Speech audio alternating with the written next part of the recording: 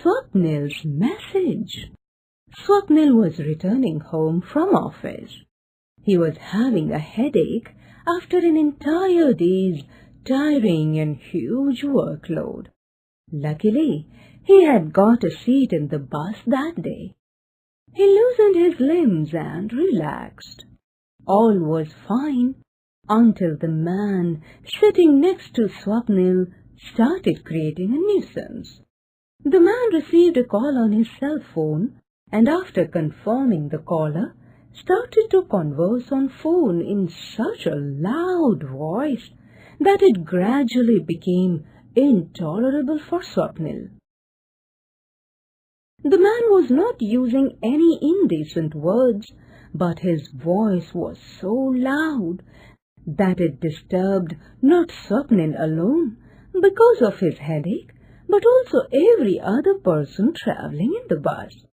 Swapnil, after waiting for some time and sensing that the man's conversation was not going to end soon, thought of a plan to stop him. He could have simply told him to speak softly, but that would not have had the desired impact on the man.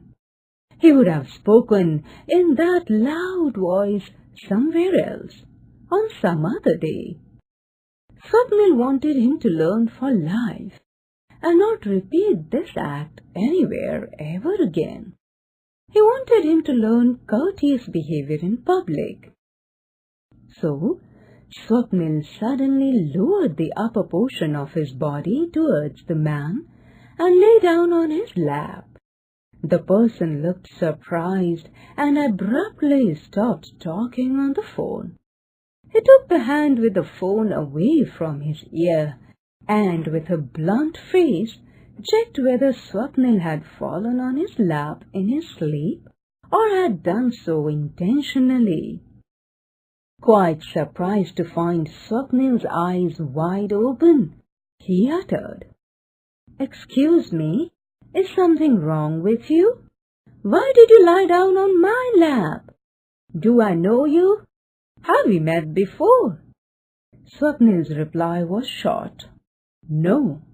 The man asked again, "Then why are you doing this?" Swapnil retorted, "Why are you speaking so loudly on the phone?" The man raised his pitch now. "Fine, so you could have simply asked me to speak softly. What was the need for you to create this scene? Now get up from my lap.